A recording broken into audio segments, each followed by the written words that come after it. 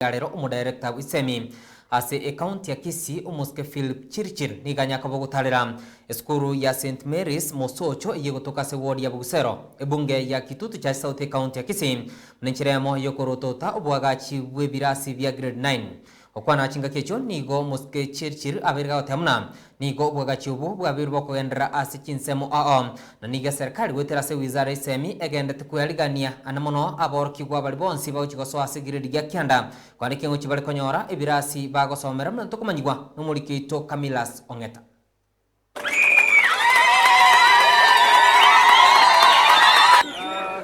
Project 24-26 Mosocho.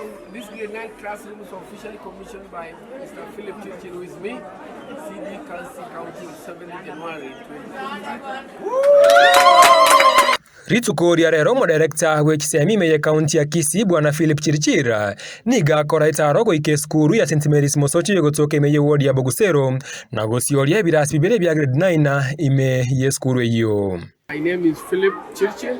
I'm the County Director of Education, Kisii County. Today we are at St. Mary's Mosocho Boarding Primary and Junior School, commissioning 2 grade 9 classrooms built under KP program under the Ministry of Education. I want to appreciate the Board of Management and the Principal for managing finances prudently. I want to thank the contractor for making sure that the classroom is well done with the specification. Asen kwana yeye maseye moni garabna Obwagachi Bwebirasi ni gobogendre tasukuru au asebona reno gosemeri Obwagachi Bwebirasi nko erabole go ikomoti nyukabere bwo mwakoyo iga. In phase 1 and 2 in Kisii County, phase 1 we had 110 classrooms, phase 2 235. All are complete apart from 4 because of a few issues but they are underway. We also have classes in phase 3 and schools in phase 3 and 4.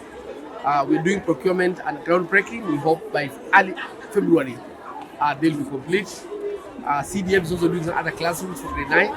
So we hope in February every school will have a grade 9 classrooms. The government has built classes in phase 1, 2, 3 and 4. The shortfall, the CDF is bridging that gap.